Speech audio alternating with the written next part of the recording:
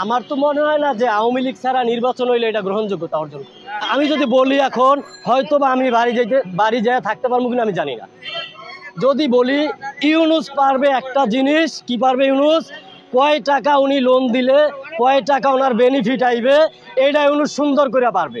আমি ছোটবেলায় দেখছি যদি গ্রামীণ ব্যাংকের কিস্তি না দিতে পারছে হাঁস ধরে নিয়ে গেছে, মুরগি ধরে নিয়ে গেছে, টিন খুলে নিয়ে গেছে, এগুলো আমি দেখছি।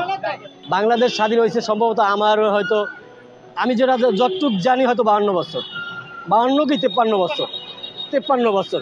53 বছরে শুধু কি আওয়ামী লীগ শাসন করছে বাংলাদেশের রাষ্ট্র? বিগত আরও সরকার শাসন করছে। উল্লেখযোগ্য কোনো উন্নয়নমূলক কর্মকাণ্ড যদি আপনাদের চোখে পড়ে আমাকে বলেন, আমি উত্তর দিয়ে যাই।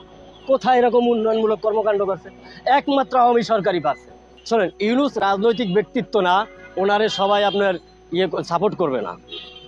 শোনেন, আমি যদি বলি এখন হয়তো বা আমি বাড়ি যেয়ে থাকতে পারবো কিনা আমি জানি না।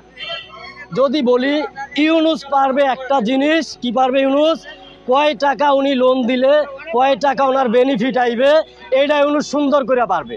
আমি ছোটবেলায় দেখছি যদি গ্রামীণ ব্যাংকের কিস্তি না দিতে পারছে হাঁস ধরে নিয়ে গেছে, মুরগি ধরে নিয়ে গেছে, টিন খুলে নিয়ে গেছে, এগুলো আমি দেখছি।